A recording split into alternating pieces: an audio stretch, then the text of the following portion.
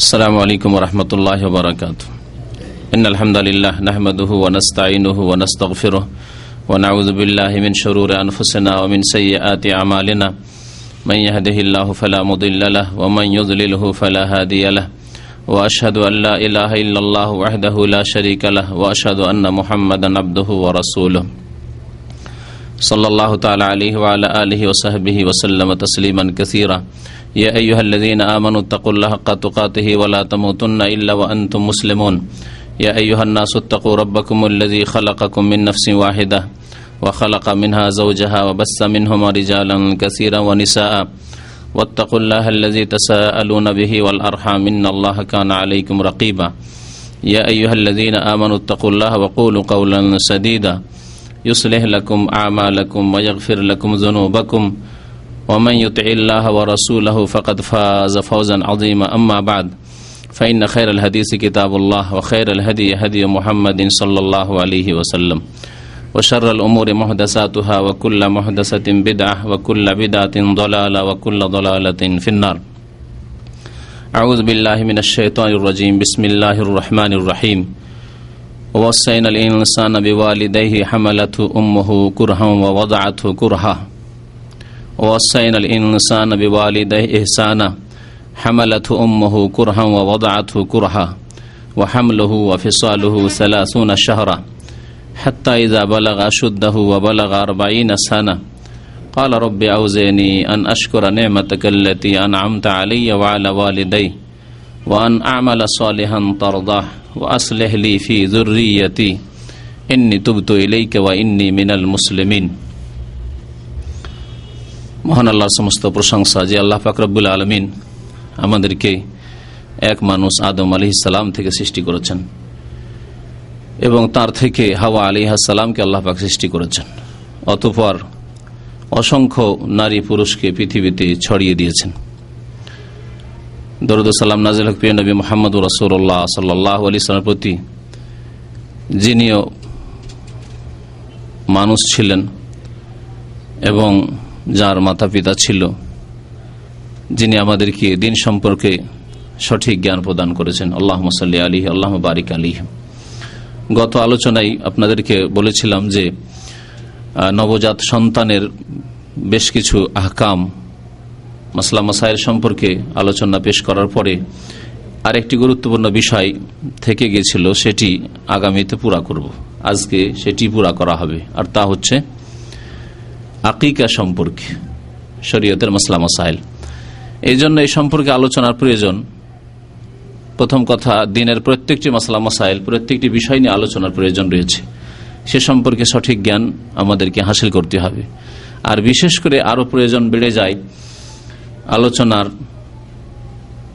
যখন দেখা যায় সে সম্পর্কে অনেক ভুলভ্রান্তি সমাজে রয়েছে, অনেক বিদাত রয়েছে, সহিহ হাদিসের বিপরীত আমল রয়েছে। তো আমাদের সমাজে আকিকা সম্পর্কে ঠিক তেমনি সহিহ হাদিসের বিপরীত অনেক বিদাতি আমল রয়েছে, যেসব আমল ওইভাবে করলে আল্লাহ পাক রব্বুল আলামিনের দরবারে কবুল হবে না। নবী করিম সাল্লাল্লাহু আলাইহি ওয়াসাল্লাম ইরশাদ করেছেন, মা আয়েশা রাদিয়াল্লাহু তাআলা আনহা বর্ণনা করছেন সহিহ মুসলিমের হাদিস, মান আমিলা আমালান লাইসা আলাইহি আমরুনা ফাহুয়া রাদ। যদি কোনো ব্যক্তি এমন কোনো আমল করে যেটি আমার আদেশ অনুযায়ী নয়, লাইসা আলাইহি আমরুনা, অথবা আমার তরিকা অনুযায়ী, তরিকা মোতাবেক নয়, ফাহুয়া রাদ্দুন, তাহলে সেই আমল, সেই কাজ কি হবে? প্রত্যাখ্যাত হবে, মানে আল্লাহ পাক কবুল করবেন না, মারদুদ হয়ে যাবে। ফাহুয়া রাদ্দুন, মকবুলুন না হয়ে মারদুদুন হয়ে যাবে, গ্রহণযোগ্য না হয়ে মারদুদ, প্রত্যাখ্যাত হয়ে যাবে। সুতরাং আমল রাসূলুল্লাহ সাল্লাল্লাহু আলাইহি ওয়াসাল্লামের সুন্নাত মোতাবেক, আদর্শ মোতাবেক জীবনের প্রত্যেকটি ক্ষেত্রে হইতে হবে। তার শুধু নামাজের সাথে সীমিত নয়, রোজা, হজ, যাকাতে 2-4টি মাসলা মাসাইলে সীমিত নয়, বরং সমস্ত ইবাদত, বন্দেগী, করণীয়, বর্জনীয় সমস্ত ক্ষেত্রে নবী করিম সাল্লাল্লাহু আলাইহি ওয়াসাল্লামের আদর্শ মোতাবেক আমল হইতে হবে। তার মধ্যে একটি বিষয় হচ্ছে আকিকার বিষয়। আকিকার বিষয়টিও নবী করিম সাল্লাল্লাহু আলাইহি ওয়াসাল্লাম যেভাবে করেছেন অথবা যেভাবে করতে বলেছেন, যেসব নীতিমালা রয়েছে শরীয়তে, সেই মোতাবেক করতে হবে। আকিকার আলোচনা শুরু করার আগে একটি আয়াত পাঠ করেছি, আয়াতটি বড় লম্বা রয়েছে, যে আয়াতে আল্লাহ পাক রব্বুল আলামিন মাতা পিতার সাথে সদ্ব্যবহার করতে বলেছেন।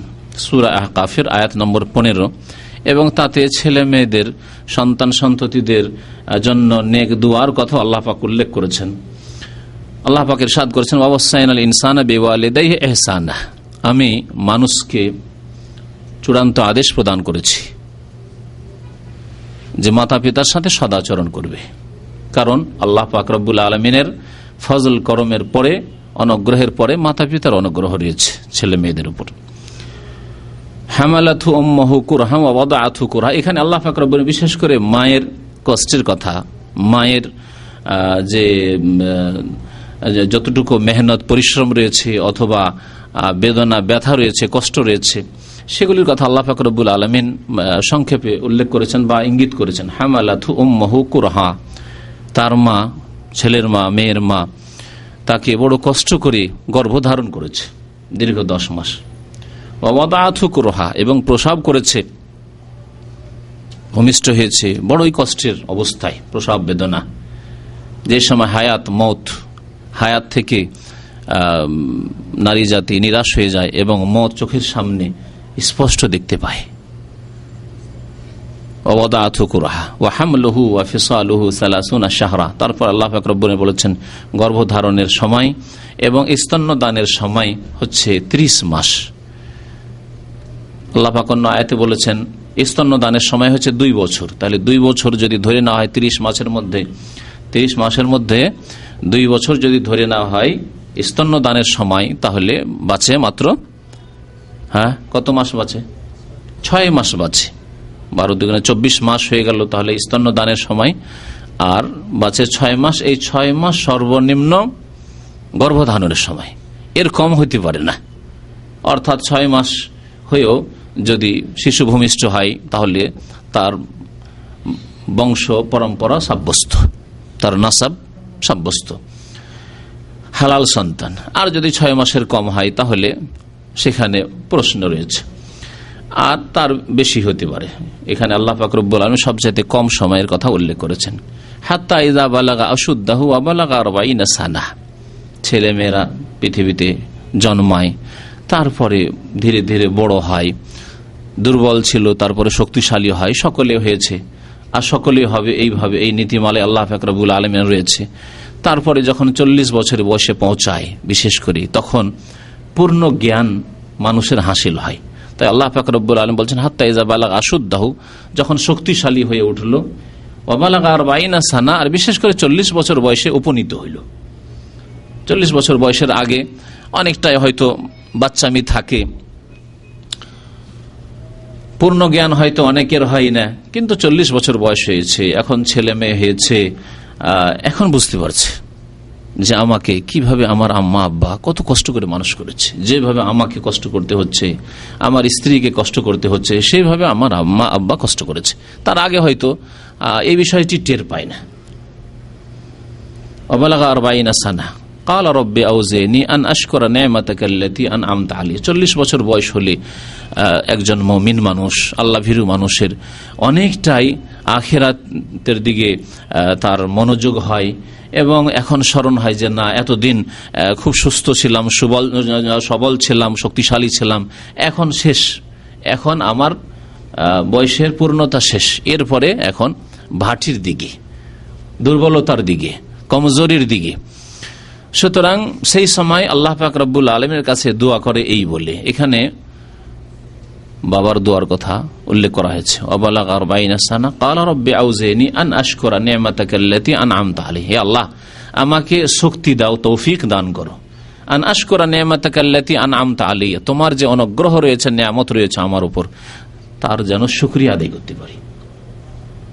ওয়া আলা ওয়ালিদাইয়া, এবং আমার মাতা পিতার ওপর যে ইহসান রয়েছে, তোমার অনুগ্রহ রয়েছে, তারও যেন শুকরিয়া আদায় করতে পারি।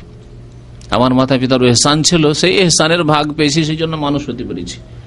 আল্লাহ, তোমার যদি অনুগ্রহ আমার মাতা পিতার উপর না থাকতো তাহলে আমিও সেইভাবে লালিত পালিত হইতে পারতাম না, বা যেখানে পৌঁছেছি সেখানে পৌঁছিতে পারতাম না। ওয়া আলা ওয়ালিদাইয়া ওয়া আন আ'মালা সালিহান তারদাহ, কয়েকটি দোয়া এখানে রয়েছে। এবং আল্লাহ আমাকে তৌফিক দান করো যাতে করে এমন আমল করতে পারি, এমন কর্ম করতে পারি যা তুমি পছন্দ করো, যাতে তুমি রাজি হয়ে যাও, সন্তুষ্ট হয়ে যাও। এমন কর্ম করতে পারি, এমন আমল করতে পারি যাতে তুমি রাজি হয়ে যাও। আল্লাহ পাক কি 4 ওয়াক্ত নামাজে রাজি হবেন? তাহলে এই দোয়া এমন ব্যাপক দোয়া। আল্লাহ পাক রব্বুল আলামিন কি আপনার কোনো হারাম কাজ, নাজায়েজ কাজ করে মরে গেলেন রাজি হবেন আপনার উপর? কখনো রাজি না। ওয়ালা ইয়ারযা লিইবাদিহিল কুফর। আল্লাহ পাক কোনো হারাম, কুফরি, অন্যায় কাজের উপর, ফাসিক কাজের উপর রাজি না। এইরকমই কোন ব্যক্তি, বিশেষ করে প্রবাসী ভাইরা সামনে আছেন, সুতরাং এই বিষয়টি আরো বলি। এখানে এসছেন, আল্লাহ পাক হজ ফরজ করে দিয়েছেন, হজ ফরজ হয়ে গেছে, মক্কাতুল মুকাররমা পৌঁছার শক্তি রয়েছে। হজ না করে দেশে চলে গেলেন বা মরে গেলেন, অথচ হজ ফরজ হয়েছিল, সময় পেয়েছিলেন। আল্লাহ কি রাজি হবেন আপনার এই আচরণের উপর, আপনার এই হজ ছাড়ার উপর? কখন না। এইভাবে মানুষের হকের ক্ষেত্রে, মাতা পিতার হকের ক্ষেত্রে এমন যদি আপনি নাফরমানি করেন, গুনাহের কাজ করেন, তার উপর কি আল্লাহ পাক রাজি হবেন? না। তাহলে আপনি আল্লাহ পাক রব্বুল আলামিনের কাছে দোয়া করেছেন, আল্লাহ পাক শিখাচ্ছেন স্বয়ং, ওয়ান আমালা সালিহান তারদাহ, আল্লাহ যেন এমন আমল করি যার উপর তুমি রাজি হয়ে যাও, সন্তুষ্ট হয়ে যাও। ওয়া আসলিহ লি ফি যুররিয়াতি, আল্লাহ আমার জন্য আমার সন্তান সন্ততিদেরকে, ছেলে মেয়েদেরকে তুমি নেক বানিয়ে দাও, সৎ বানিয়ে দাও। ওয়া আসলিহ লি ফি যুররিয়াতি, এখানে ছেলে মেয়েদের জন্য নেক দোয়া, সৎ হওয়ার দোয়া করা হয়েছে। তাহলে ছেলে মেয়েদের জন্য একটি দোয়া হচ্ছে, এই কয়েকটি দোয়ার মধ্যে এই আয়াতে একটি দোয়া হচ্ছে ওয়া আসলিহ লি ফি যুররিয়াতি। ছেলে মেয়েদের নেক করতে হলে, ছেলে মেয়েরা, শিশুরা যখনই পৃথিবীতে এসেছে তখনই তার সাথে ইসলামিক আচরণ করতে হবে। আর তার সাথে ইসলামিক আচরণের প্রথম কদম হচ্ছে নবজাত সন্তানের যেসব শরীয়ত সম্মত মাসলা মাসাইল রয়েছে সেগুলির বাস্তবায়ন করতে হবে। তার মধ্যে একটি বিষয় রয়েছে আকিকার বিষয়, তাহলে আকিকার বাস্তবায়ন করতে হবে, সুন্নত মোতাবেক আকিকা করতে হবে। আর আকিকা করলেন না, আপনি বিদাতি অনুষ্ঠান করলেন, আপনি জন্মবার্ষিকী, বার্থডে পালন করছেন, আপনি শাদী দিবস, ম্যারেজ দিবস পালন করছেন আপনি, কিন্তু সুন্নতি কাজগুলি করলেন না, কখন আপনার ছেলে মেয়ে সৎ হবে না। সৎ হওয়ার যখন দোয়া করবেন তার সাথে সাথে আমল হইতে হবে। এমন নয় ওই সব বেনামাজি ফাসেকদের মতো, যাদেরকে যদি কোনো ভালো মানুষ নামাজ পড়ার কথা বলে, বাবা মায়ের নামাজ পড়ার কথা বলে, অথবা কোনো উস্তাদ, কোন আলেম যদি নামাজ পড়ার কথা বলে, ভাই নামাজ পড়েন, বাবা নামাজ পড়ো, দোয়া করবেন, দোয়া করবেন। শুনেছেন না বেনামাজিদের কথা? দোয়া করবেন আল্লাহ যেন তৌফিক দেয়। হ্যাঁ, আপনি কর্ম করবেন না, আপনি বিছানা থেকে উঠে মসজিদে যাবেন না, আর দোয়াতে কাজ হবে? আপনি কর্ম করবেন, আপনি উজু করবেন, আপনি মসজিদে যাওয়ার চেষ্টা করবেন, তারপরে দোয়া কাজে আসবে। আল্লাহ পাক তখন অটল রাখবেন ওই দিনের ওপর, ওই নামাজের ওপর।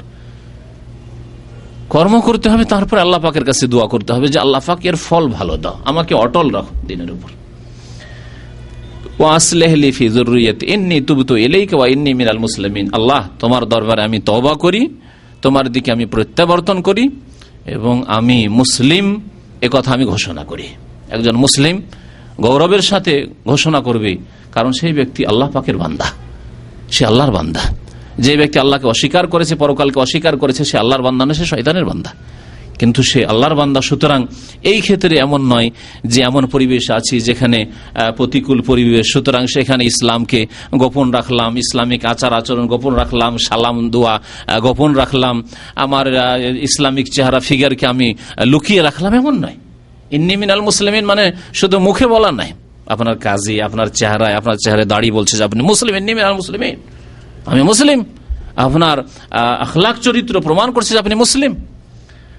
তো আল্লাহ পাক রব্বুল আলামিন এখানে কয়েকটি দোয়া উল্লেখ করেছেন, বান্দাকে শিখেছেন। তার একটি হচ্ছে ওয়া আসলিহ লি ফি যুররিয়াতি। ইব্রাহিম আলাইহিস সালাতু সালামের দোয়া গত সপ্তাহে বা তার আগের সপ্তাহে উল্লেখ করেছিলাম, রব্বি হাবলি মিনাস সালিহিন, আল্লাহ তুমি সৎ সন্তান দান করো। তাহলে এখানেও সালেহিন, ওয়া আসলিহ লি, আর এখানে সালেহিন। আল্লাহ পাক রব্বুল সালেহিন, নেক সন্তানের দোয়া করতে বলেছেন। জাকারিয়া আলাইহিস সালামের দোয়া, রব্বি হাবলি মিন লাদুনকা যুররিয়াতান তাইয়্যিবা, পবিত্র, নেক, ভালো সন্তানের কথা তাইয়্যিব।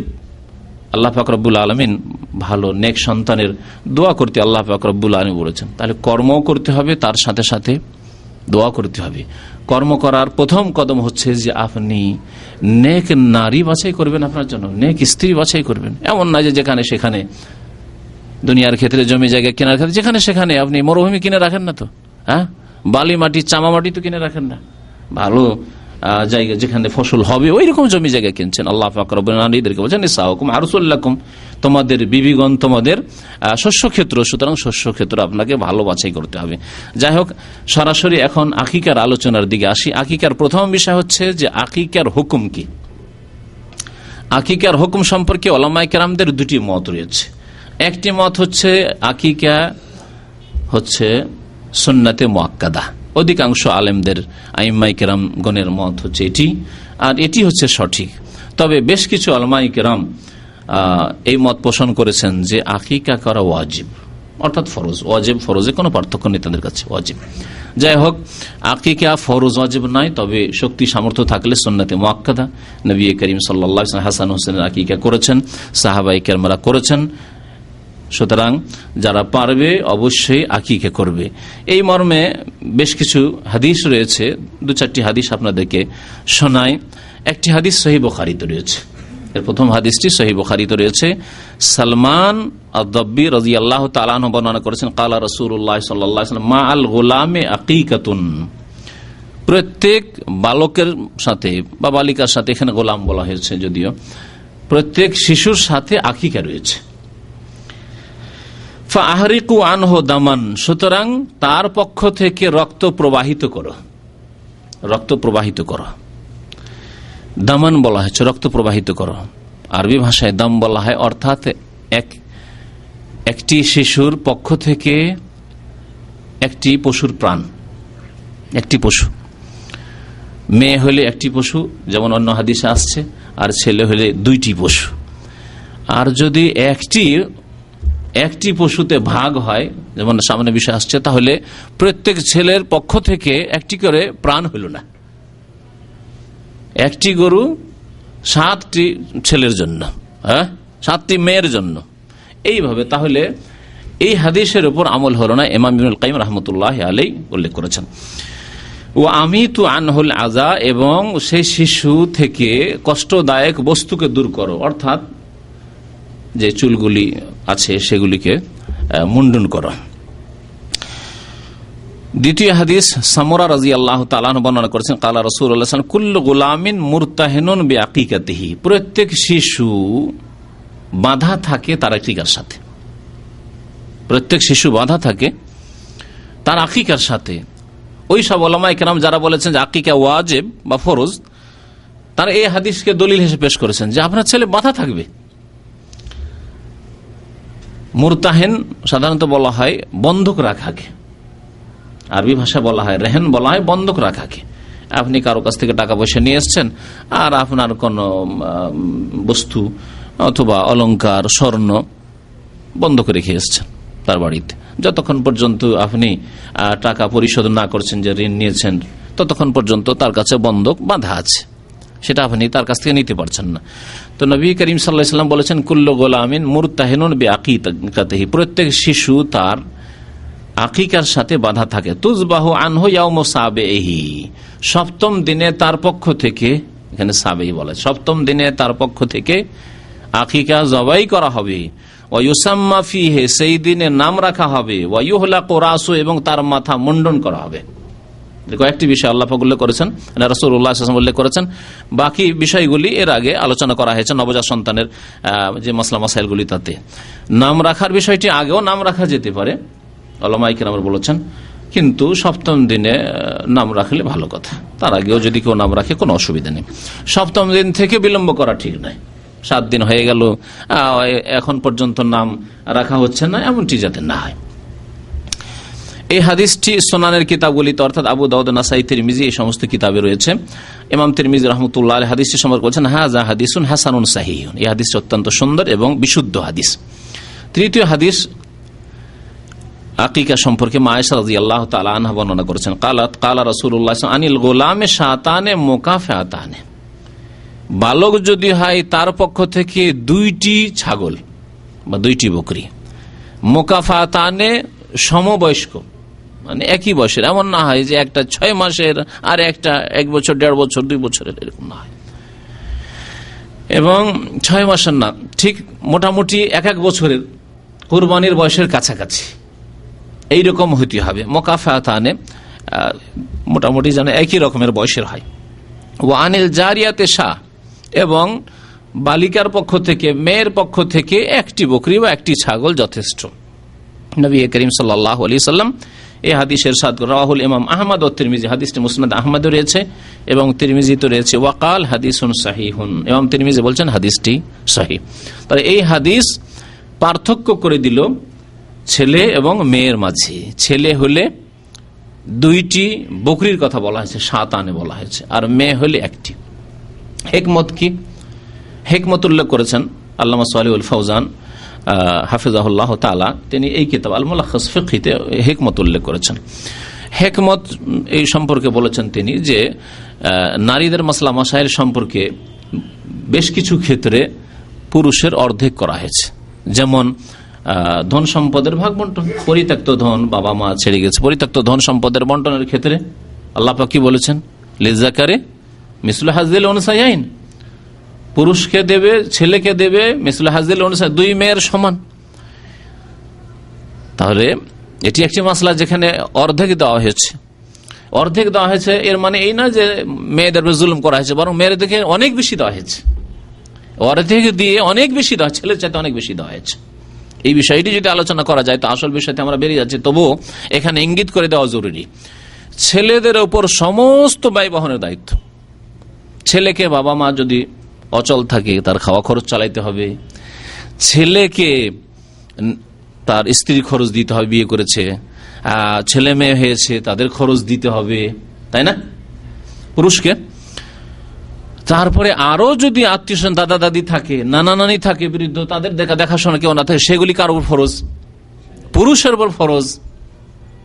মেয়েদের ওপর কোনো দায়িত্ব নেই। বাবা বৃদ্ধ, মা বৃদ্ধা, সেজন্য মেয়েকে চিন্তা করতে হবে যে আমার বাবা মাকে কোথা থেকে খাওয়াবো, যাই আমি গার্মেন্টসে যে চাকরি করে আসি, না, এই দায়িত্ব শরীয়তে দেওয়া হয়। ছেলে না থাকে, আত্মীয় স্বজন আরো আছে, কাছের লোকেরা, তাদের উপর দায়িত্ব। আল্লাহ পাক কাউকে অসহায় ভাবে ছেড়ে দেননি, কিন্তু মেয়েদের ওপর কোনো ব্যয় বহনের দায়িত্ব নেই। অর্ধেক ধন সম্পদ নিয়ে গেল, আর যাওয়ার পরে স্বামীর বাড়িতে গিয়ে তার 1 পয়সা খরচ নেই, 1 পয়সা তার খরচ নেই। ছেলে মেয়ে আছে, ছেলে মেয়ের খরচ স্বামী দেবে। ওয়ালাল মাউলুদ লাহু রিজকুহুন্না কিসওয়াতুহুন, আল্লাহ পাক কোরআনে কারীমে বলেছেন, বাবা ছেলে মেয়েদের খাবার খরচ দেবে, ওয়া কিসওয়াতুহুন্না, তাদের বস্ত্র দেবে। তাহলে মহিলাদের ওপর কোনো দায়িত্ব নেই, ব্যয় বহনের কোনো খরচের দায়িত্ব নেই। এমনকি তার খরচ 10 বিঘা জমি নিয়ে গেল, 2 লাখ 4 লাখ টাকা বাবার কাছ থেকে পেল, অর্ধেক পেও, আর তার পেটের খরচ না, ওই টাকা থেকে খরচ করতে হবে না। বিবাহ হয়ে গেলে তার স্বামীকে দিতে হবে, বিবাহ হয়নি তার বাবাকে দিতে হবে, বাবা নেই ভাইকে দিতে হবে। আল্লাহ পাক রব্বুল আলামিন তাহলে মেয়েদেরকে যদি দায়িত্বের দিক দিয়ে দেখা হয় তাহলে অর্ধেক দিয়ে অনেক বেশি দিয়েছেন, কম দেননি। জি, নারীদেরকে এভাবে সম্মানিত করা হয়েছে। তারপরে তাদের মোহর রয়েছে বিবাহ হলে, আর এইরকমই সাক্ষীর ক্ষেত্রেও মহিলাদের মাসলা। সাক্ষীর ক্ষেত্রে একজন পুরুষের সাক্ষী, 2 মেয়ে সমান। আরেকটি হাদিস মুসনাদ আহমদ তিরমিজিতে রয়েছে, আমার আনা রাসূলুল্লাহ সাল্লাল্লাহু আলাইহি ওয়াসাল্লাম আনআউকা, আমাদেরকে রাসূলুল্লাহ আদেশ করেছেন আকিকা করার জন্য। আনিল জারিয়াতে শাহ, মেয়ে হইলে 1টি বকরি, ওয়া আনিল গোলামে শাতাইনি, এবং ছেলে হইলে 2টি বকরি। মুসনাদ আহমদ আরেকটি হাদিস রয়েছে, উম্মে কুরজ আল কাবিয়া রাদিয়াল্লাহু তাআলা আনহা বর্ণনা করেছেন, আন্নাহা সালাতি রাসূল সাল্লাল্লাহু আলাইহি ওয়াসাল্লাম আনিল আকিকাতি, এক মহিলা উম্মে কুরজ বলে নবী করিম সাল্লাল্লাহু আলাইহি ওয়াসাল্লামকে আকিকা সম্পর্কে জিজ্ঞাসা করলো।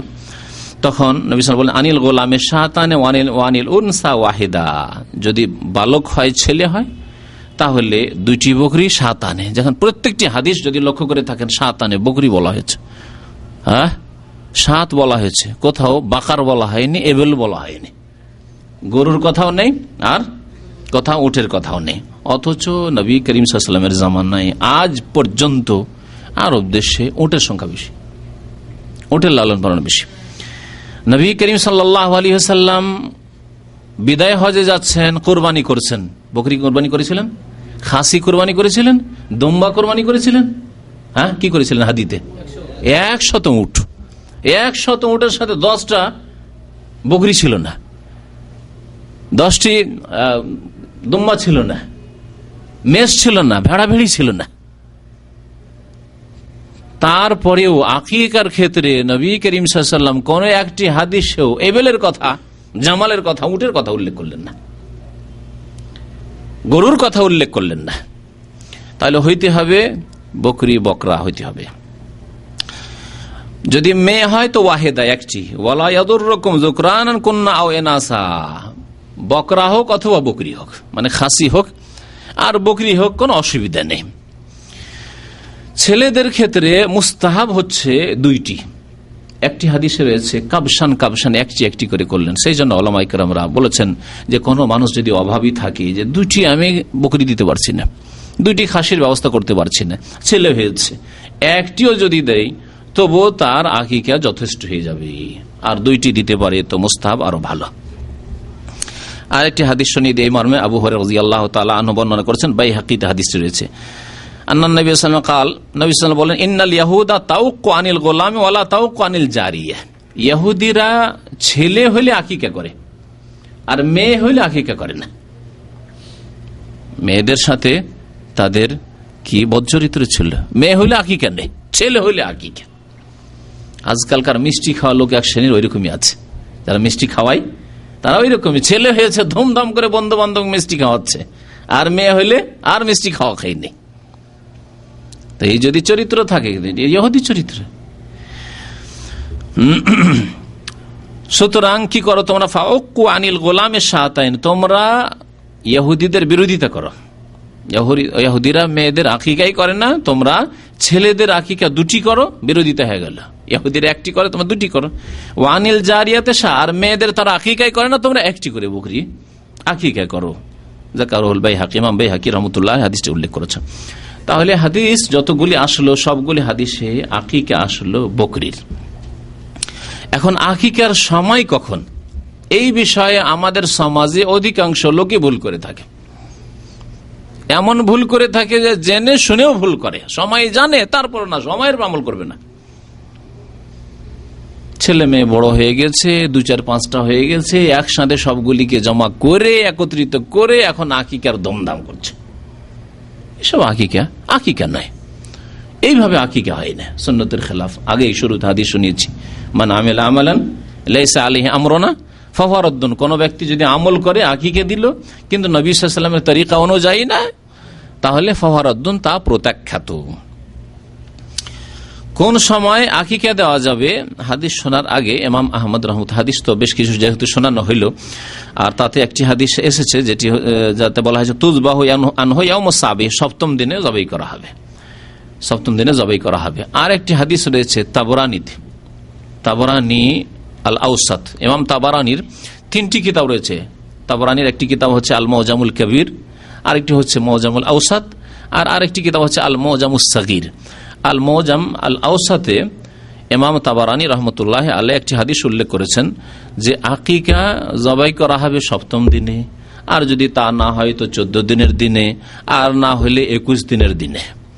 এই হাদিস উল্লেখ করেছেন আল্লামা নাসিরউদ্দিন আলবানী রহমতুল্লাহ আলাইহি, হাদিসটিকে সহিহুল জামিউস সগীরে সহিহ বলেছেন। তো এই হাদিসটি সহিহ। সুতরাং কোনো ব্যক্তির যদি অসুবিধা হয়, পারিবারিক অসুবিধা অথবা আর্থিক অসুবিধা অথবা আত্মীয় স্বজন হয়তো এই সময় এসে পৌঁছতে পারছে না ইত্যাদি, 7 তারিখে না করে 14 তারিখ করলাম, স্ত্রীর দুর্বল হয়ে আছে, অসুস্থ হয়ে আছে, ঠিক আছে 14 দিনে আর একটু সুস্থ হয়ে যাক, বা 21 দিনে আর একটু সুস্থ হয়ে যাক, ইত্যাদি বিভিন্ন কারণে হইতে পারে। যদি 21 পর্যন্ত পৌঁছায় কোনো অসুবিধা নেই এই হাদিসের আলোকে। এই সম্পর্কে ইমাম আবু দাউদ রহমতুল্লাহ আলাইহি, তার ওস্তাদ, প্রখ্যাত ওস্তাদ ছিলেন ইমাম আহমদ। ইমাম আহমদ রহমতুল্লাহ আলাইহি যে মুসনাদ আহমদ 30,000 হাদিস সংকলন করেছেন এই কিতাবে, তার ছাত্র হচ্ছেন ইমাম আবু দাউদ, যে সুনানে আবু দাউদ তার কিতাব। তো ইমাম আবু দাউদ বহু মাসলা মাসাইলের ক্ষেত্রে তার এই প্রখ্যাত ওস্তাদকে জিজ্ঞাসা করতেন মাসলা মাসাইল। অনেক ওস্তাদি থাকতে পারে, কিন্তু এক ব্যক্তি বিশেষভাবে হয়তো বিশেষ ওস্তাদের কাছে বেশি উপকৃত হন। তো ইমাম আহমদ রহমতুল্লাহ আলাইহি জিজ্ঞাসা বলছেন যে সামিআতু আবা আব্দুল্লাহ, আমি আবু আব্দুল্লাহর কাছে শুনেছি। আবু আব্দুল্লাহ কুনিয়াত উপনাম ইমাম আহমদ রহমতুল্লাহ আলাইহির। ইয়াকুলু, তিনি বলতেন আল আকিকাতু তুযবাহু ইয়াউমুস সাবিহ, আকিকা জবাই করা হবে সপ্তম দিনে। ওয়াকালা সালেহ বিন আহমদ, এটা হচ্ছে উত্তম, এতে কোনো সন্দেহ নেই, সপ্তম দিনে উত্তম সবচাইতে। সালেহ বিন আহমদ মানে ইমাম আহমদের এক ছেলের নাম ছিল সালেহ, আর এক ছেলের নাম ছিল আব্দুল্লাহ।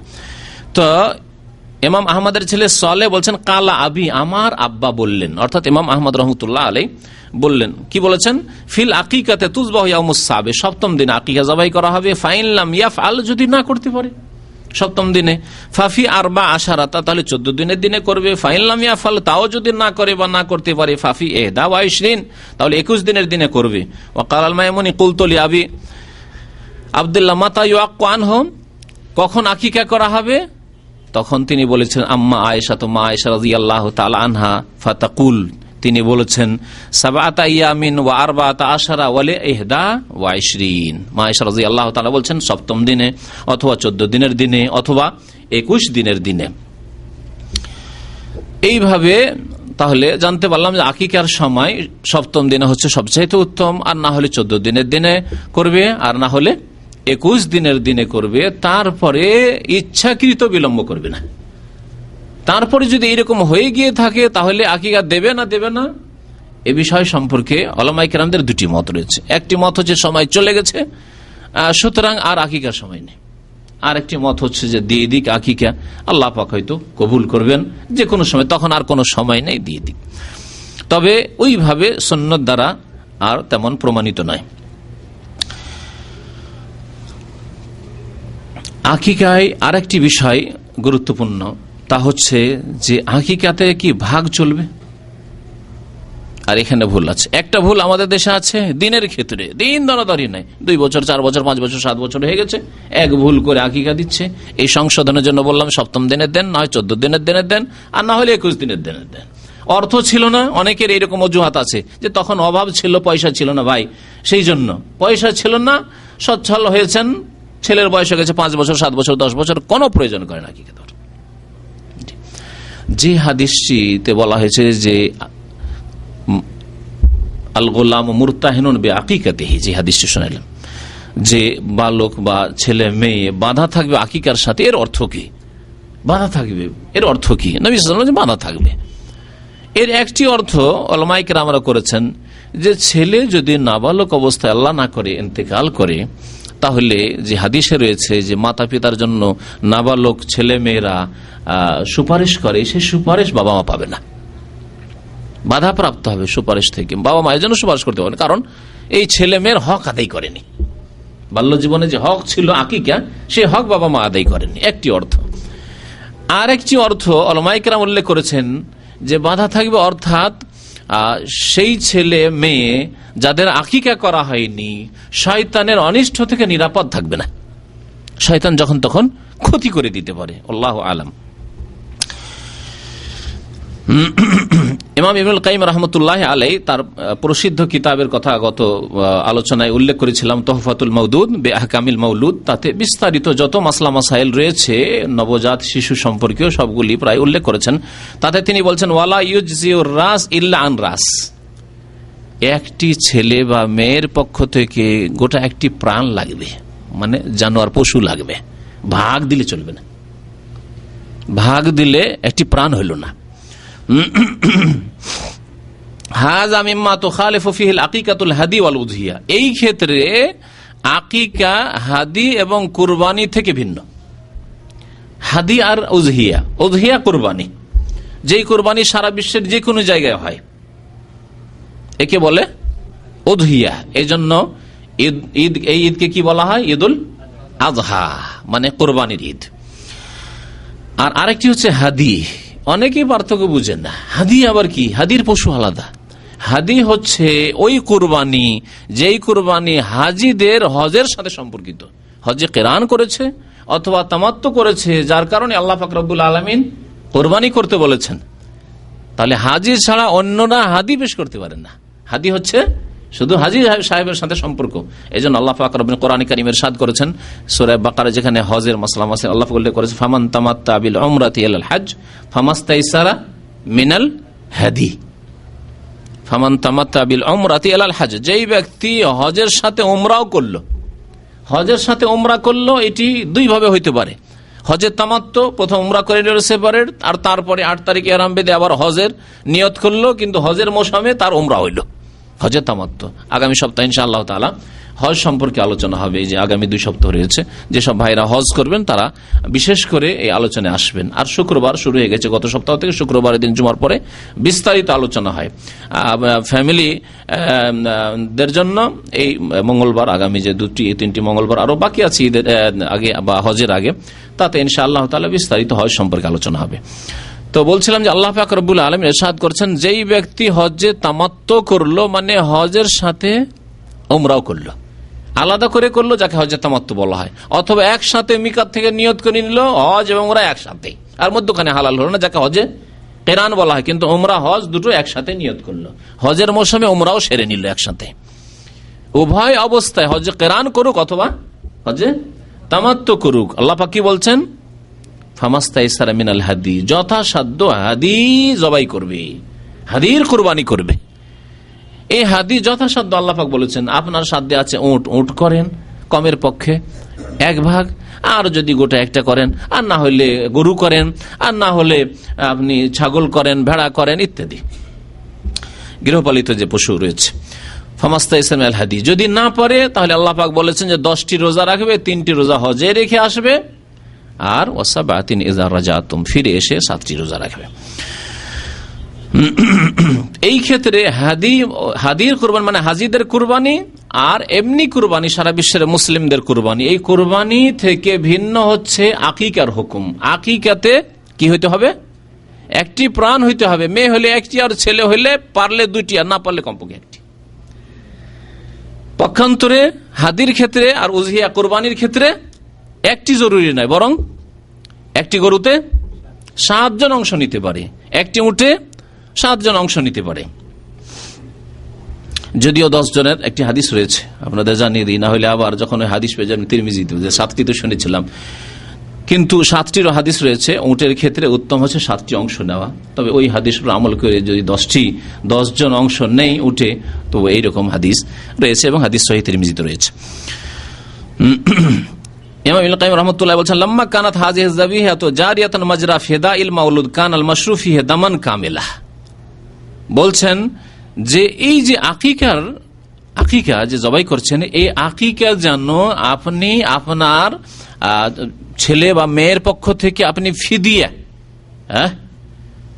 মুক্তিপণ, যাকে বলা হয় ফিদিয়া, মুক্তিপণ পেশ করছেন, শয়তানের অনিষ্ট থেকে হেফাজতে রাখবো।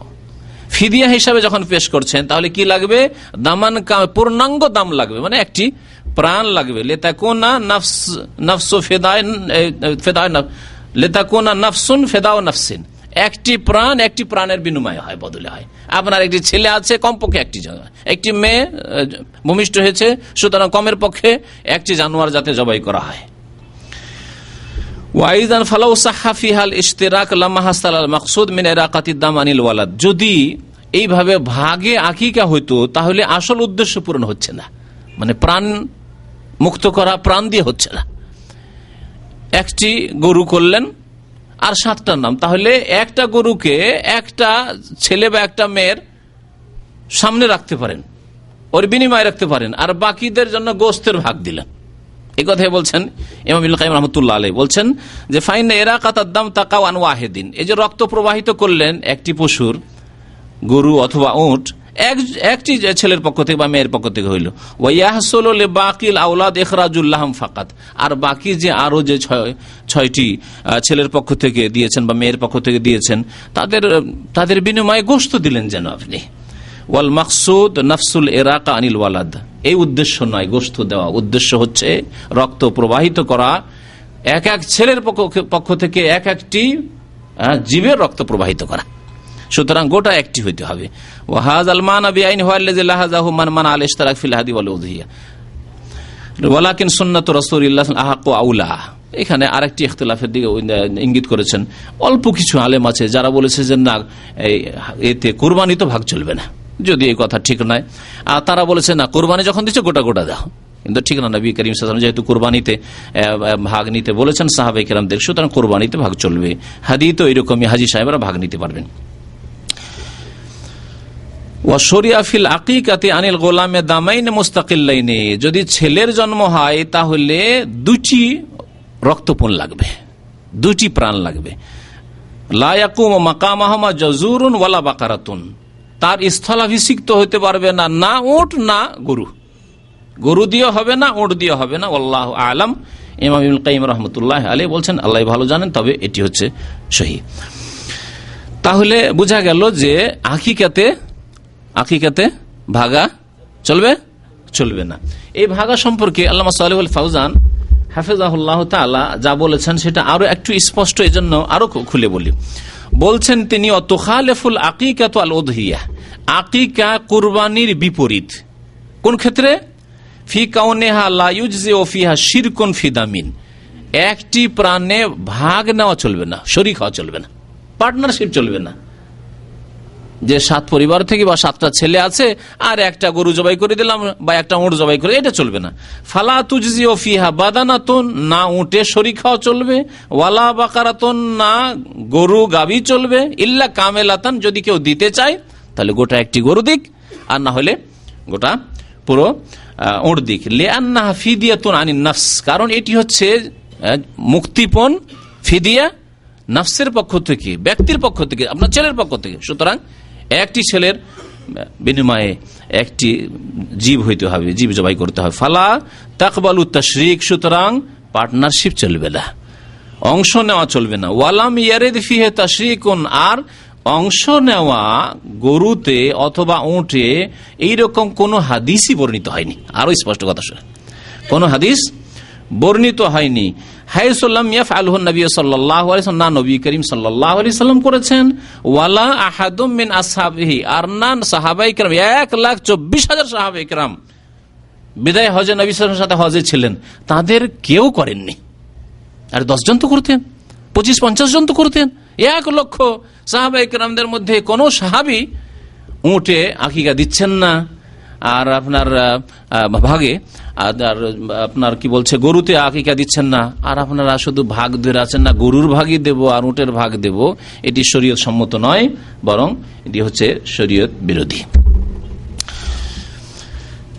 তাহলে আর একটি বিষয় থেকে যায়, যেটা হচ্ছে গোটা গরু দেওয়া বা গোটা উট দেওয়া।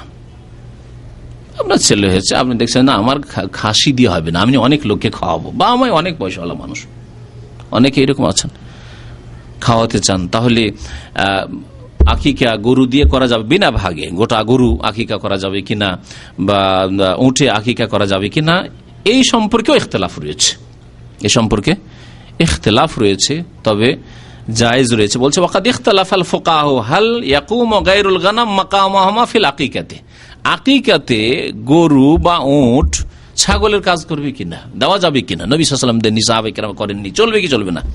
যারা বলছে চলবে না তারা বলছে নবী সাল্লাল্লাহু আলাইহি ওয়াসাল্লাম করেননি, সুতরাং চলবে না। বলছেন যে ইমাম ইবনুল মুনজির রাহমাতুল্লাহি আলাইহি প্রসিদ্ধ মুহাদ্দিস ছিলেন, ফকিহ ছিলেন, তিনি বলছেন ওয়াখতালাফু ফিল আকিকাতি বিগাইরিল গানাম, গানাম ছাগল বকরিকে বলা হয়, আর দম্বা ভেড়া ভেড়ি সবগুলিকে বলা হয় গানাম, একটু আম শব্দ। এই গানাম ছাড়া মানে ছাগল বকরি দুম্বা এইসব ছাড়া গরু দিয়ে বা উট দিয়ে আকিকা চলবে কিনা। বলছেন যে সাহাবাই কেরামদের মধ্যে আনাস বিন মালিক থেকে একটি রিওয়ায়াত বর্ণিত আছে, তিনি উল্লেখ করেছেন, আর আবু বকর থেকে একটি রিওয়ায়াত বর্ণিত আছে। বলছেন আনাস মানে আন্নাহু কানা ইয়াউকু আন ওয়ালাদিহিল জাজুর, আনাস বিন মালিকের অনেক ছেলে মেয়ে ছিল, নবী সাল্লাল্লাহু আলাইহি ওয়াসাল্লামের বরকতের দোয়া ছিল, আর অনেক ছেলে মেয়ে, তিনি 120-এর বেশি ছেলে মেয়ে দেখে ইন্তেকাল করেছেন নিজের সামনে। নবী করিম সাল্লাল্লাহু আলাইহি ওয়াসাল্লাম দোয়া দিয়েছিলেন, 10 বছর খিদমত করেছিলেন নবী সাল্লাল্লাহু আলাইহি ওয়াসাল্লামের, দোয়া দিয়েছিলেন আল্লাহুম্মা আকসির মালাহু ওয়া ওয়ালাদাহু ওয়া বারিক লাহু ফিমা আতাইতাহু, আল্লাহ তুমি তার মাল ধন এবং তার ছেলে মেয়ে খুব বেশি বাড়িয়ে দাও, বৃদ্ধি করে দাও, ওয়া বারিক লাহু ফিমা আতাইতাহু, আর যা কিছু তুমি দিয়েছো বা দেবে আল্লাহ তাকে, তাতে তুমি বরকত দান করো। এই জন্য অনেক পয়সারও মালিক ছিলেন এবং অনেক ছেলে মেয়ে তার ছিল। আজকালকার জামা নাই, আজকালকার মানুষকে যদি দোয়া দেওয়া যায় তো বলবে প্রথমটা নেব, দ্বিতীয়টা তো আজাব নেব না, ওইটা, তাই না? আল্লাহ আকসার মাল্লাহু, ধনের যত দোয়া দিবেন দেন, গোটা দুনিয়া দিয়ে দিল, অসুবিধা নেই। কিন্তু ওয়ালাদাহু যদি বলেন, দুটির পরে এক মহিলার 3টি হয়ে গেছে, খবর পাচ্ছি, বলছে দোয়া করবেন ভাবি আর যেন না হয়, এই 3টি যথেষ্ট, খুব বেশি হয়ে গেছে। কারণ আজকাল তো একটাই চলছে, তারপরে 2টো বা 3টে হয়ে গেছে, আশায় আশায়। কারণ প্রথম 2টি মেয়ে হয়ে গেছিল, তো ওই আশায় আশায় আর একটা, ঠিক আছে আর যেন না হয়। ছেলের আশা ছিল, ওই আশাতে আশাতে গিয়ে যাকে একটা ছেলেও পাওয়া গেছে, তো আর যেন না হয়। ধনের ক্ষেত্রে খাই খাই খাই খাই, পেট ভরে না, হাদিস শুনিয়েছি, তাই না? ওয়ালা ইয়ামলা ওয়াজফা ইবনে আদম ইল্লা তুরাব, আদম সন্তানের পেট ভরবে না পয়সা পেয়ে যতক্ষণ পর্যন্ত মাটি না খাবে, মানে কবরের মাটি যতক্ষণ না খাবে, যতক্ষণ কবরের মাটিতে না যাবে। কিন্তু ছেলে মেয়ের যদি আজকাল দোয়া করা যায়, আল্লাহ তোমাকে অনেক ছেলে মেয়ে দিক, আজাবের দোয়া করছেন, বদদোয়া করছেন নাকি আজকাল? হ্যাঁ, আজকালকার জামানায় বদদোয়া হয়ে গেছে।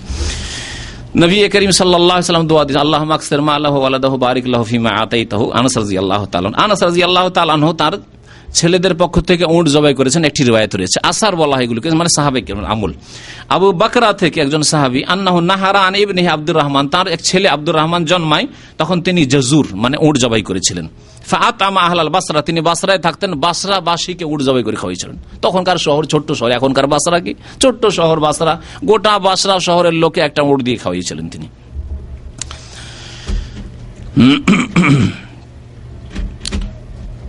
তাহলে যারা বলছে যে চলবে গোটা উট অথবা গোটা গরু যদি কেউ আকিকা করে চলবে, তারা এই 2টি আমল, আনাস রাদিয়াল্লাহু তাআলা আনহুর আমল এবং আবু বকর রাদিয়াল্লাহু তাআলা আনহুর আমল পেশ করেছেন। ওয়া আনকারা বাযহুম যালিকা, আর পক্ষান্তরে অন্যান্য উলামায়ে কেরামরা অস্বীকার করেছেন, বলছেন না, নবী করিম সাল্লাল্লাহু আলাইহি ওয়াসাল্লাম সারা জীবন করতেও বলেননি, করেননি, সুতরাং চলবে না। এই সাহাবীরা যে করেছেন নবী সাল্লাল্লাহু আলাইহি ওয়াসাল্লামের তিরোধানের পরে, তার ইন্তেকালের পরে করেছেন, ইজতিহাদ করেছেন। সুতরাং ইখতিলাফ সাহাবে কেরামের জামানায় এরকম ছিল, কিছু উলামারা সাহাবে কেরাম করেছেন। ওয়ান কারা বাযহুম যালিকা, বেশ কিছু উলামায়ে কেরামরা অস্বীকার। ওয়া ক্বাল আমারা রাসূলুল্লাহ সাল্লাল্লাহু আলাইহি ওয়াসাল্লাম বিশাতাইন আনিল গোলাম, নবী সাল্লাল্লাহু আলাইহি ওয়াসাল্লামের যতগুলি হাদিস, 6টি হাদিস আমি শুরুতে শুনিয়েছি, প্রত্যেকটি হাদিসে ছেলে হলে শাতাইন, 2 বকরির কথা শাতাইন বলা হয়েছে। ওয়ানিল জারিয়াতে বিশাতিন, আর মেয়ে হলে সেখানেও 7 বলা হয়েছে, বকরি বলা হয়েছে 1 বকরি। ওয়ালা ইয়াজুজ আন ইউআক্কা বিগাইরি যালিক, সুতরাং নবী সাল্লাল্লাহু আলাইহি ওয়াসাল্লাম যখন 7 নির্ধারিত করে দিয়েছেন, সুতরাং বকরি ছাড়া বা গানাম মানে দুম্বা আর ভেড়া ভেড়ি ছাড়া আর অন্য কিছু দিয়ে আকিকা করা যাবে না।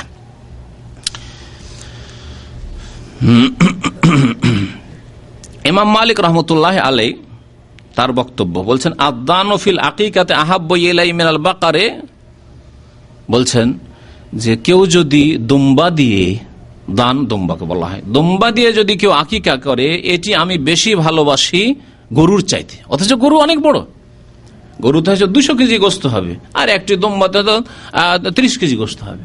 তারপর ইমাম মালিক রহমতুল্লাহ আলাইহি বলছেন যে কেউ যদি আকিকা করে গরু দিয়ে, তার চাইতে বেশি আমি ভালোবাসি কি আকিকা, দুম্বার আকিকা, দুম্বা বকরা বকরি এসবের আকিকা। ওয়াল গানামু আহাব্বু ইলাইয়া মিনাল ইবিল, এবং গানাম বকরি উট থেকেও বেশি প্রিয় আকিকার ক্ষেত্রে। ওয়াল বাকারু ওয়াল ইবলু ফিল হাদি আহাব্বু ইলাইয়া মিনাল গানাম, হাদির ক্ষেত্রে হাজী সাহেব হজ করতে গেছেন, এখন হাজী কি করবে জিজ্ঞাসা করছে আপনাকে, গরুর কুরবানি করব, উট করব না বকরি খাসি করব? বলছেন ইমাম মালিক যে কুরবানির ক্ষেত্রে গরু এবং উট হচ্ছে বেশি উত্তম, বেশি আমার কাছে প্রিয় বকরির তুলনায়, দুম্বার তুলনায়, ভেড়া ভেড়ির তুলনায়। ইমাম ইবনুল মুনজির রাহমাতুল্লাহ আলাইহি বলছেন, ওয়ালা আল্লাহ হুজ্জাতু মান রা আন্নাল আকিকাতা তুজজিউ মিনাল বিল ইবলি ওয়াল বাকার, যারা বলেছেন যে গরু দিয়েও আকিকা হতে পারে আর উট দিয়েও আকিকা হতে পারে, তাদের দলিল এই হাদিসটিকে বলা যেতে পারে। কাউলুন নবী সাল্লাল্লাহু আলাইহি ওয়াসাল্লাম বলেছেন, মাল গোলামি আকিকা, প্রত্যেক বালকের সাথে আকিকা আছে। ফাআহরিকু আনহু দামান, তার পক্ষ থেকে রক্ত প্রবাহিত করো। এখানে কি বলা হয়েছে? দামান বলা হয়েছে, শাতান বলা হয়নি। এই একটু সুযোগ যে এই হাদিসটা শুধু দাম বলা হয়েছে, সুতরাং গরু জবাই করলে হয় আর ওর জবাই করলে হয়, কিন্তু পুরো হইতে হবে, গোটা হইতে হবে। ভাগের কথা কোনটাতে আসছে না। সুতরাং ভাগের প্রশ্ন অন্তর থেকে একবারে বের করে দেন। ভাগের মাসলা একেবারে ভিত্তিহীন, সুতরাং ওটাকে একেবারে বের করে দেন। ওয়ালাম ইয়াজকুর দামান দুনা দামিন, শুধু রক্ত প্রবাহিত করার কথা বলা হয়েছে।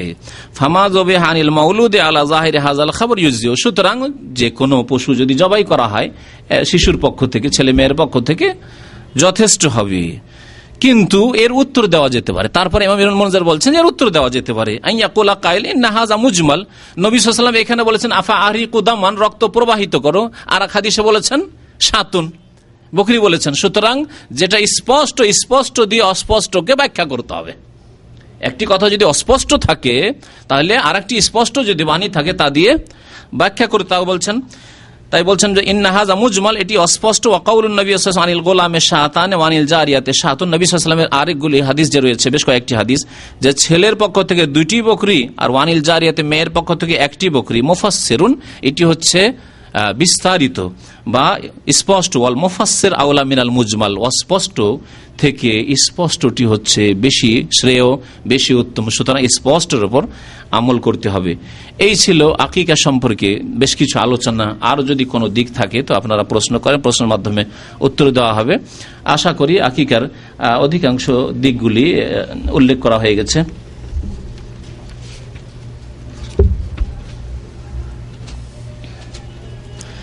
আর একটি বিষয়, শুধু আকিকার ক্ষেত্রে ওইভাবে দেখবেন খোড়া, তারপরে এমন যে রোগা হয়ে আছে এইরকম যাতে না হয়, এইরকমই দেখবেন। যেমন কুরবানির ক্ষেত্রে দেখেন, আল্লামা সালেহুল ফাউজান হাফেজাহুল্লাহ তাআলা বলছেন ওয়ায়ুজজিউ ফিল আকিকাতে মা ইউজজিউ ফিল উযহিয়াতি, কুরবানিতে যেটা যথেষ্ট হবে সেটা আকিকাতে যথেষ্ট।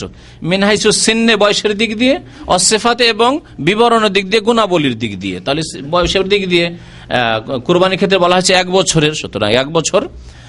যদিও অনেক ওলামারা দাঁতের শর্ত লাগিয়েছেন, কিন্তু বেশ কিছু ওলামারা বলেছেন 1 বছর যদি আপনার বাড়িতে থাকে তাহলে তো বুঝতে পারছেন যে 1 বছর, কিন্তু কেনা হইলে বোঝা মুশকিল যতক্ষণ দাঁত না হয়েছে। এই জন্য দাঁতের শর্ত লাগিয়েছেন। অধিকাংশ লোক কিনে হয়তো জবাই করছেন 1 বছর, হয়তো বিক্রি করার জন্য সে বলতে পারে যে 1 বছর হয়ে গেল, আসলে কিন্তু ছাগল বা খাসি 1 বছরের হয়নি। নিজের বাড়িতে পোষা হলে 1 বছরে দেওয়া যেতে পারে। ফাই আখতারুস সালিমাতা মিনাল আইবি ওয়াল আমরাজ, সুতরাং রোগ মুক্ত হইতে হবে সেই পশু। যেমন কুরবানিতে রোগ মুক্ত হইতে হবে, এবং দোষ ত্রুটি, ল্যাংড়া, খোড়া, কানা, অন্ধ যেন না হয়, কান কাটা পুরো একবারে এইরকম না হয়। ঠিক তেমনই আকিকা রোগগুলো দেখে নিতে ওয়াল কামিলাতু ফি খিলকাতিহাল মুনাসিবা ফি সিন্নিহা ওয়া সামানিহা, আর যাতে হিষ্টপুষ্ট থাকে, একেবারে দুর্বল, হাড় হাড্ডি সব দেখা যাচ্ছে, চামড়া লেগে আছে হাড্ডির সাথে, এরকম দুর্বল না হয়। যেমন নবী করিম সাল্লাল্লাহু আলাইহি ওয়াসাল্লামের হাদিসে কুরবানি সম্পর্কে বলা হয়েছে, এগুলি দিকে খেয়াল রাখবে আকিকার ক্ষেত্রেও। উল্লেখ করেছি না, উনি ছিলেন না, করেছি। একমত বললাম যে শরীয়তের বিভিন্ন মাসলা মাসাইলের ক্ষেত্রে আল্লাহ পাক রব্বুল আলামিন মেয়েদের দ্বিগুণ করেছেন ছেলেদেরকে। হ্যাঁ, ধন সম্পদ ভাগ বন্টনের ক্ষেত্রে বললাম, ওই রকমই সাক্ষীর ক্ষেত্রে, ওই রকমই আকিকার ক্ষেত্রে আল্লাহ পাক রব্বুল আলামিন অর্ধেক করেছেন। একটি হিকমত। আর একটি হিকমত উল্লেখ করেছেন লেখক, যে স্বাভাবিক ছেলে হইলে মানুষের যে প্রকৃতি তাতে স্বাভাবিক বেশি খুশি হয়। যখন আপনি বেশি খুশি হয়েছেন তাহলে বেশি শুকরানা পেশ করেন। জি, বেশি খুশি হয়েছেন, আপনি মনে করেছেন আপনার নিয়ামত আরো বেশি পূর্ণ হয়েছে। মেয়ে হইল আল্লাহর নিয়ামত, কিন্তু ছেলে হয়েছে আরো আল্লাহর বড় নিয়ামত। সুতরাং বড় নিয়ামতের জন্য আর একটু বড় কুরবানি করেন, 2টি করে জবাই করেন। এই কথাও উল্লেখ করেছেন আল্লামা সালেহুল ফাউজান রাহমাতুল্লাহ হাফেজাহুল্লাহ তাআলা। জি, প্রথমে এক ভাই দোয়া চেয়েছেন, ওনার এক ভাই মারা গিয়েছেন, তার একটা ছেলে আছে। এক ভাই দোয়া চেয়েছেন আল্লাহ পাক যেন গুনাহ খাতা মাফ করেন, যে ছেলে মারা গেছে, ছেলে সাবালক, আল্লাহ পাক যেন গুনাহ খাতা মাফ করে, আল্লাহ পাক জান্নাতুল ফিরদৌস দান করেন। কোনো কারণবশত ছেলের এবং মেয়ের আকিকা দেওয়া হয়নি, এখন একসঙ্গে তাদের আকিকা দেওয়া যাবে কি? একসঙ্গে আবার ফিরে আসছেন এতে নাকি? গরুর ভাগায় নাকি? গরুর ভাগা ভুলে যান, অন্ধ তকলিদ, অন্ধত্ব, অন্ধ অনুকরণ ভুলে যান। গরুর ভাগা ইসলামের নেই, শরীয়তে নেই, সোজা কথা। গোটা গোটা গরু যদি দেন তো ঠিক আছে। শুনলেন, আলোচনা হয়ে গেছে। এই বিষয়টি যদি মনে করেন যে আমি না গোটা গোটাই দেব, বা আমি ছাগলই দেব, 2টো ছাগল দেবো ছেলের পক্ষ থেকে একসাথে, এখন 4-5টা দিন একসাথে দেবো, মানে 5টা-10টা ছাগল দেব যদি মনে করেন, তো এটার উত্তর বলা হয়ে গেছে, আলোচনা হয়নি। যে বেশ কিছু ওলামারা বলেছেন যে সময় শেষ হয়ে সুতরাং আর দেওয়ার প্রয়োজন নেই, আর কিছু ওলামারা বলেছেন যে দেওয়া যেতে পারে, দিয়ে দেন, আল্লাহ কবুল করবেন, কারণ আপনার মাসলা মাসাইল জানা ছিল না, যার কারণে আপনি বিলম্ব করেছেন, আগামীতে আর এরকম বিলম্ব করবেন না। জি। 7 জন একসাথে মিলে যখন কোরবানি দেয়, একজনের টাকা যদি হারাম উপার্জন হয় তাহলে 6 জনের কোরবানি, 7 জনে যদি কোরবানি দেয়, ভাই প্রশ্ন করেছেন একজনের টাকা হারাম, তাতে কোনো অসুবিধা হবে নাকি?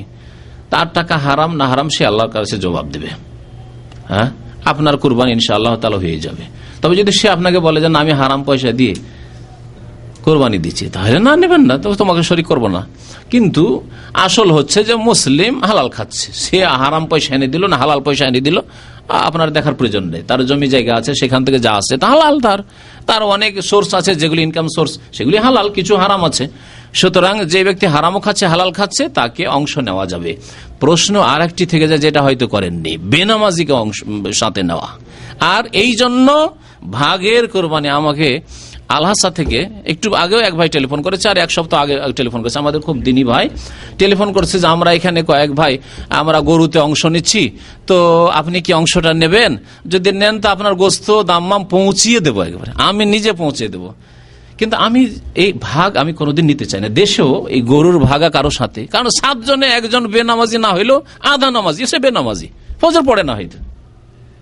বেনামাজির বিধান এর আগে স্পষ্ট করে দেওয়া হয়েছে 2টি বক্তব্যে। বেনামাজি যেখানে ইসলামের মধ্যে নয়, তাহলে তার আর কোরবানি কোথায় আছে? আর তাকে কি করে কোরবানিতে অংশে নেওয়া যাবে, শরীক করা যাবে? এখানেও ভাগা চলছে। আমাদের হাফেজ ভাই গত রবিবার আলোচনা থেকে ফিরছিলাম, বলছিলেন যে বেশ কিছু ভাইরা গরুর কোরবানি দিচ্ছে, শোনাচ্ছিলেন এই জন্য যে হয়তো আমি নেব, কিন্তু না, আমি শুরু থেকেই আমি খাসি কোরবানি দিই, আমি স্বাধীনভাবে আমার আল্লাহ পাক যে পয়সায় তা দিয়ে কোরবানি দিই, কারোর সাথে কোরবানি নেব। আর সে আধা নামাজি, আজকাল যাদেরকে নামাজি বলছেন ফজর পড়ে না, সূর্য ওঠে সকাল 7টার সময় নামাজ পড়ে, রাত 12টা পর্যন্ত জাগবে, 1টা পর্যন্ত জাগবে, আর সকাল সূর্য ওঠার পরে নামাজ পড়বে। আল্লাহ পাক এরকম নামাজই কবুল করবেন না, তাহলে ওর সাথে কি করে কোরবানি হইতে পারে? চিন্তার বিষয় রয়েছে। বাকি হারাম পয়সা দিয়ে করলো না হালাল পয়সা দিয়ে, সেটা জিজ্ঞাসা করার দরকার নেই। যতক্ষণ জানছেন যে সে মুসলমান, আশা করি সে হালাল পয়সা দিয়ে, কারণ হারাম পয়সা দিয়ে কোরবানি করলে তার তো কবুল হবে না। এমন লস কেনই করবে যে হারাম পয়সা দিয়ে সে কোরবানি করবে গোস্ত খাওয়ার জন্য? তাহলে এমনি গোস্ত জবাই করে খাওয়া উচিত তার।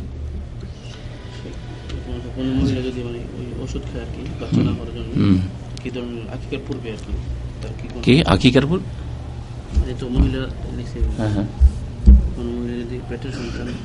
পূর্বে ওষুধ খেয়ে নেই,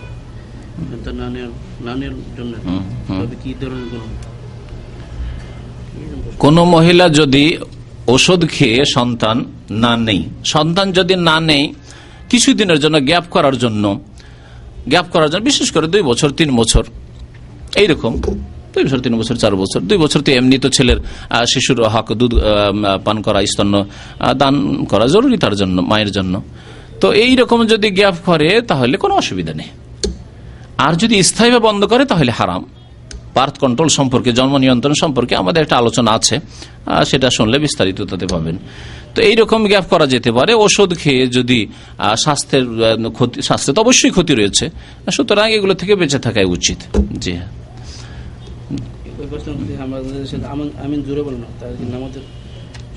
আমিন জোরে বলার আস্তে বলার মশলা নতুন ভাই জিজ্ঞেস করেছেন না তো। আমিন জোরে বলা সুন্নাত, সুতরাং এই সুন্নত মোতাবেক আমল করার চেষ্টা করবেন। সুন্নতগুলিকে যত ভালোভাবে আপনি পালন করবেন নামাজের মধ্যে, তত বেশি নেকি হবে। আর যতগুলি সুন্নতকে মাইনাস করবেন, কমিয়ে দেবেন, তত নেকি কম হবে। নামাজ কবুল হইল, রফায়ে দানের সুন্নতের নেকি কমলো, আমিন জোরে বলা সুন্নতের নেকি কমলো, এইভাবে আরো যেসব সুন্নত রয়েছে সেই সব সুন্নতের নেকি কমলো। রুকু সেজদাতে 5 বার 7 বার 9 বার তসবিহ, তারপরে তসবিহ একাধিক তসবিহ রয়েছে, শুধু সুবহান রাব্বিয়াল আলা সুবহান রাব্বিয়াল আযীম ছাড়া আর কিছু জানেনই না, আরো তসবিহগুলি রয়েছে, সেগুলো কমলো। এইরকম বহু ধীর স্থিরতা অবশ্যই জরুরি। আর অনেক ক্ষেত্রে আর একটু লম্বা করে করা ভালো। তো সুতরাং যত নামাজকে সুন্দর করে পড়বেন এবং সুন্নত মোতাবেক পড়বেন, নেকি ফুল হবে। আর যদি সুন্নতে ঘাটতি করেন তাহলে নেকিতেও ঘাটতি হবে। মহিলারা একসাথে বসে হাদিস কোরআন আলোচনা করে, মহিলারা একসাথে বসে যদি যোগ্যতা থাকে, দিনের কথা বলার যোগ্যতা থাকে, বুঝাবার যোগ্যতা থাকে কোন মহিলার, তাহলে অন্যদেরকে বুঝাবে এবং কোরআন হাদিস বুঝাবে। এমন না যে বিশেষ কোনো জামাতের কিতাব, যে কিতাবে অনেক ভেজাল ভরা আছে সেই কিতাব নয়। কারণ আমাদের দেশের যেসব মহিলার এইরকম আসর নিয়ে বসে তারা হয়তো ফিমুল কোরআন পড়ে মওদুদি সাহেবের, আর না হলে ফাজাইল আমল পড়ে জাকারিয়া সাহেবের, আর দুটোতে ভুল ভরা আছে। স্পষ্ট ভাষায় বলে দেওয়া ভালো, যাতে করে বলতে না পারেন যে কোনোদিন কেউ তো আমাদেরকে সতর্ক করেনি। তফিমুল কোরআন পড়ে এক শ্রেণীর এখানে মহিলা সংগঠন করে অনেকে মওদুদি সাহেব, আর তবলিগ জামাতের মহিলারা ওই ফাজাইল আমল জাকারিয়া সাহেব, যাতে বিদাত, এমনকি শিরকি কথাবার্তা, এমনকি উদ্ভট কিচ্ছা কাহিনী সবকিছু ভরা আছে, জাল হাদিস ভরা আছে। সুতরাং এইগুলি কিতাব বাদ দিয়ে আপনি পড়ুন কোরআনে কারিমে তাফসীর ইবনে কাসির আছে, বাংলাদেশে তাফসীর ইবনে কাসির ঢাকায় পাওয়া যাচ্ছে, অথবা রিয়াজুস সালিহিন আছে হাদিসের কিতাব, বুখারী, মুসলিম, আবু দাউদ, তিরমিজি, মিশকাত, এই ধরনের কোরআন বা হাদিসের যেগুলো কিতাব রয়েছে সেই সহিহ কিতাব যদি পড়ে অসুবিধা। রাহিকুল মাখতুম নবীর জীবনের উপরে এখানে পাওয়া যাচ্ছে, রাহিকুল মাখতুম নবীর জীবনীর পড়ে শোনাচ্ছে, কোনো অসুবিধা নেই। আর যদি তাফসীর করে আয়াত একটা নিচার তাফসীর করছে, তাহলে যোগ্যতা লাগবে, এলমে যোগ্যতা নেই আর তাফসীর করতে শুরু করেছে। আজকাল এইরকম তাফসীর শুরু হয়েছে। হ্যাঁ, তুমি এই সূরার তুমি প্রস্তুতি নিয়ে আসিয়া, প্রস্তুতি কে নেবে? মেয়েদের মহিলাদের কথা বাদ দেন, ছেলেদের কথা বলছি। এক ভাই একদিন আসছে, এখানে আসার পরে বলছে যে আপনার সূরায়ে তাফসীর লাগবে, সূরা আসরের তাফসীর নেব, খোঁজ করার জন্য এসছে, লাইব্রেরিতে পাচ্ছি না। কেন, কি করবেন সূরা আসর, শুধু সূরা আসর কেন তাফসীর? বলছে যে ওই জামাত ইসলামী সংগঠন করে এখানে, আর ওদের ওই দার্সে দিয়ে দেয় তোমাকে সূরা আসরের তাফসীর করতে হবে। এখন নিজে তো তাফসীর করার ক্ষমতা নেই, তো যাই ওই ইসলামী সেন্টার থেকে শেখ মতিউর রহমানের সূরা তাফসীর যদি পেয়ে যাই, তো এটা রেডিমেড পেয়ে একটু শুনবো, শোনার পরে এসে আমি মুফাসসির হয়ে বসবো। আরে ভাই, এইরকম মুফাসসির তাফসীর করা নিষেধ। যে ব্যক্তি আরবি গ্রামার বুঝে না, কাওয়ায়েদ সারফ নাহু বুঝে না, যে ব্যক্তি আরবি ভাষার বালাগাত অলংকার বুঝে না, এইসব সাবজেক্ট বুঝে না, যে ব্যক্তি এই আয়াতগুলির তাফসীর হাদিস আছে হাদিস বুঝে না, আরবির অর্থ বুঝে না, সে আবার তাফসীর করার যোগ্যতা কোথায় রাখে যে বসে তাফসীর করবে আর সকলে শুনছে? তাফসীর করবে যার তাফসীর করার যোগ্যতা আছে। আর যে ব্যক্তির পকেট এমটি, পকেটে কিছু নেই, কি দেবে? হাত ভরবে আর দেবে, কি দেবে? পকেটে নেই টাকা, দিবেন কোথা থেকে? আপনি কাগজ দেবেন? তো এইরকম অবস্থা এদের।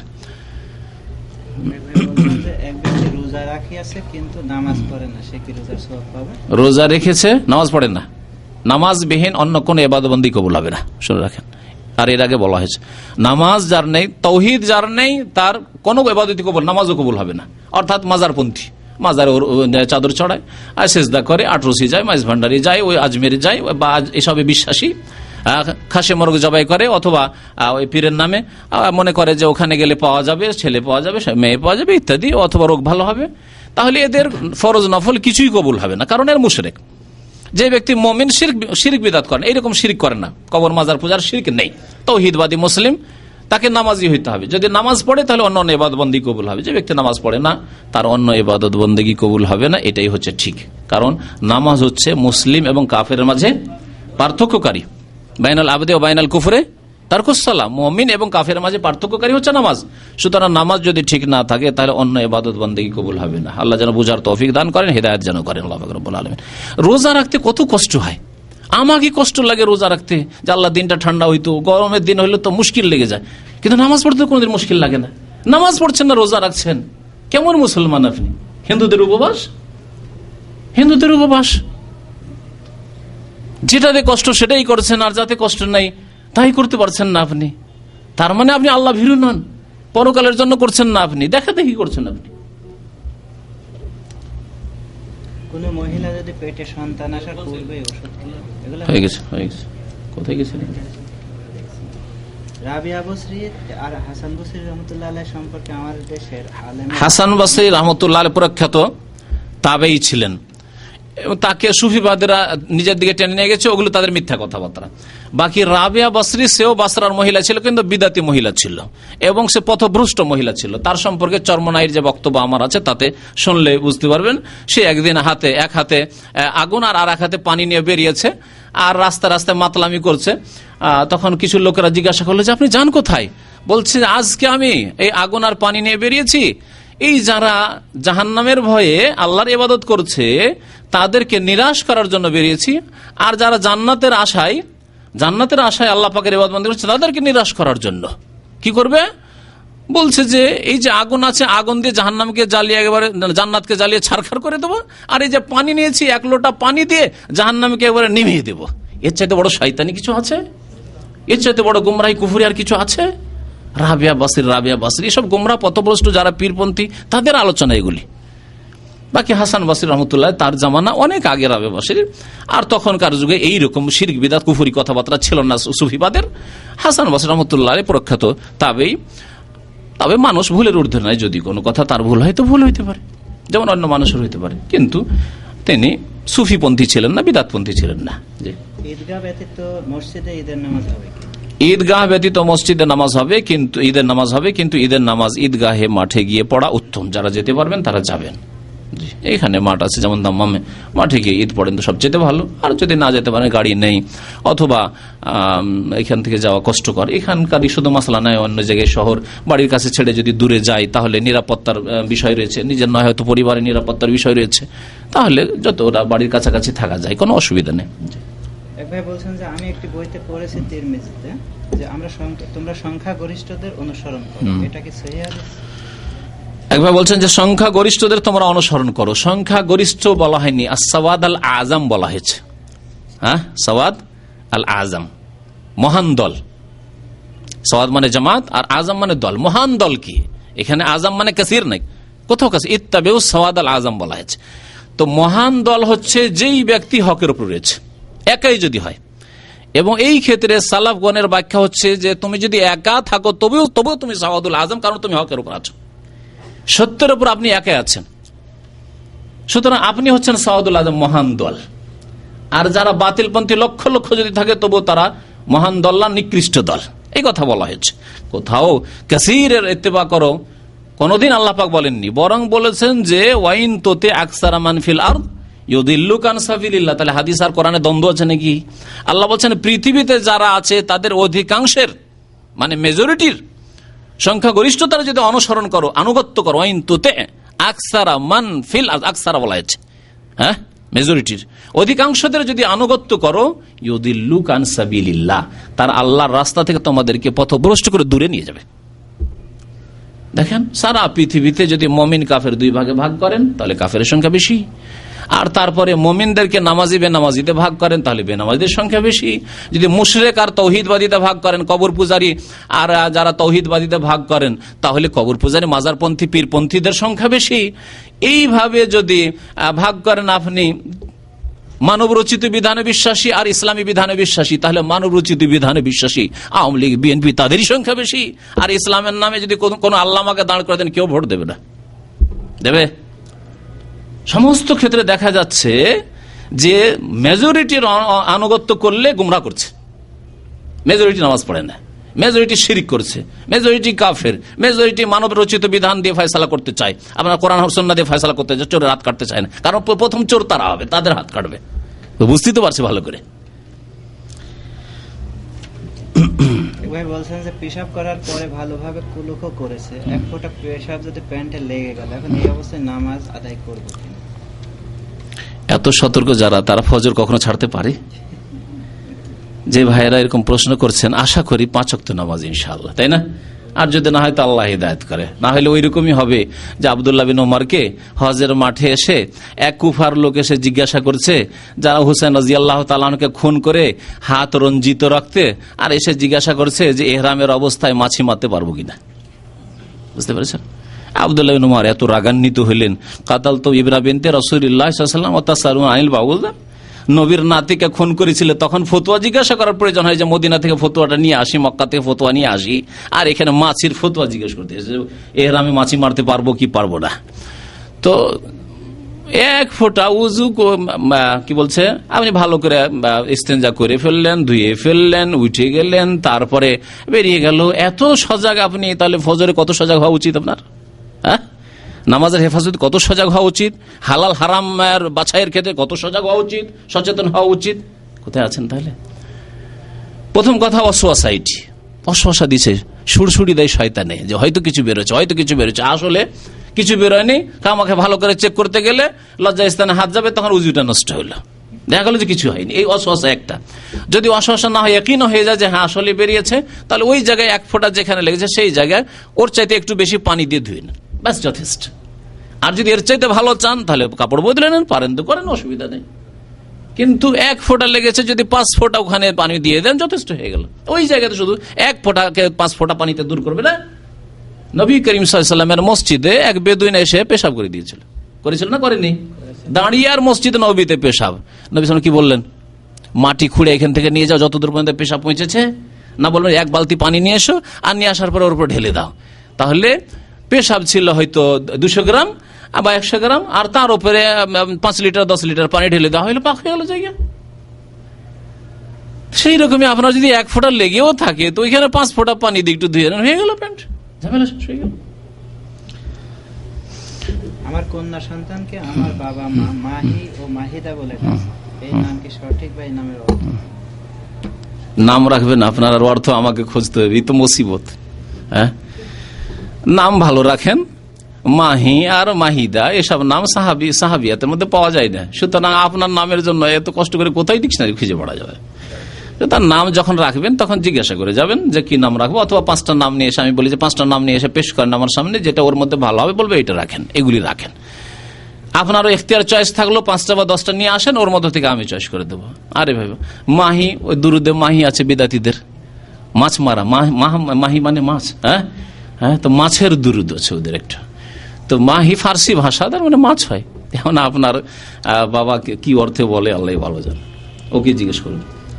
এক ভাই আল্লাহর আসমা ওয়া সিফাত সম্পর্কে বক্তব্যের অনুরোধ করেছেন। এক ভাই বলেছেন যে আল্লাহর নাম এবং গুণাবলী সম্পর্কে বক্তব্য করার জন্য। অডিও ক্যাসেটে বক্তব্য আছে আসমা সিফাত। আসমা সিফাতে কি ভিডিও হয়নি? হয়নি মনে হয়। তবে আল্লাহ কোথায় মনে হয় আছে, আল্লাহ কোথায় একটা আলোচনা আছে, তাতে কিছু অংশ এসছে ওর আলোচনা, যে হবে ইনশাল্লাহ, সময় সাপেক্ষ আলোচনা হবে। অনেক নতুন নতুন আলোচনার প্রস্তাব এসে আছে, ধীরে ধীরে ইনশাআল্লাহ তাআলা হবে। আগামী সপ্তাহগুলোতে হজের আলোচনা হবে, তারপর হজের পরে বাকি আলোচনাগুলো হবে ইনশাআল্লাহ। ওয়া সাল্লাল্লাহু আলা নবিয়িনা মুহাম্মদ। জি, নাম তো এখানে জিজ্ঞেস করবেন, ওখানে আসবেন, অফিসে লিখে নিয়ে আসবেন।